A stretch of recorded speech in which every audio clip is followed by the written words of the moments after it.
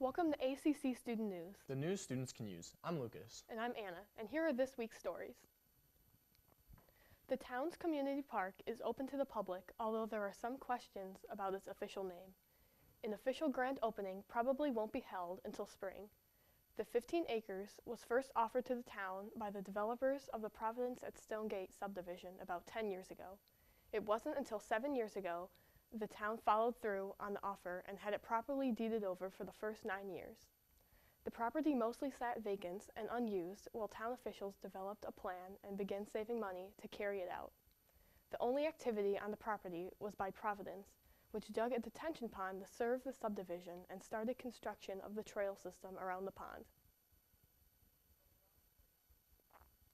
The Gary-Chicago International Airport Authority approved a project management agreement Tuesday for its new corporate hangar on the airport's east side.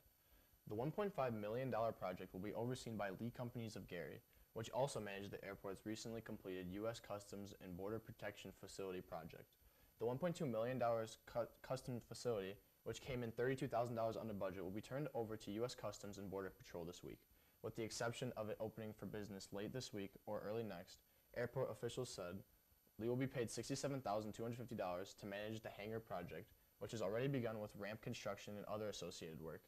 Lee will handle the bidding process for 11 construction contracts, then oversee the project as construction continues. A 3-year-old boy has recovered from the weekend pool accident near Griffith Lake Ridge. Fire Chief Mike Redd said Tuesday his emergency staff responded Sunday afternoon to the boy's home on East Elm Street. By the time his department has arrived, the family already had pulled the child from the water and a family member administered CPR.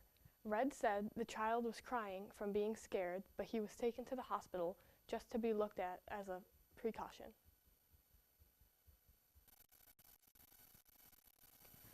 A pair of ruby slippers used in The Wizard of Oz and later stolen from a Minnesota museum were recovered in a sting operation after a man approached the shoes. The slippers were on loan to the Judy Garland Museum in the late actress's home of Grand Rapids, Minnesota.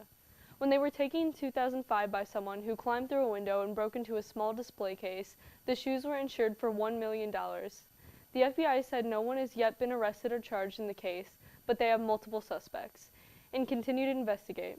As they unveiled the recovered slippers at the news conference, estimated that this particular pair would be worth between $2 million and $7 million. The shoes are finally back home where they belong.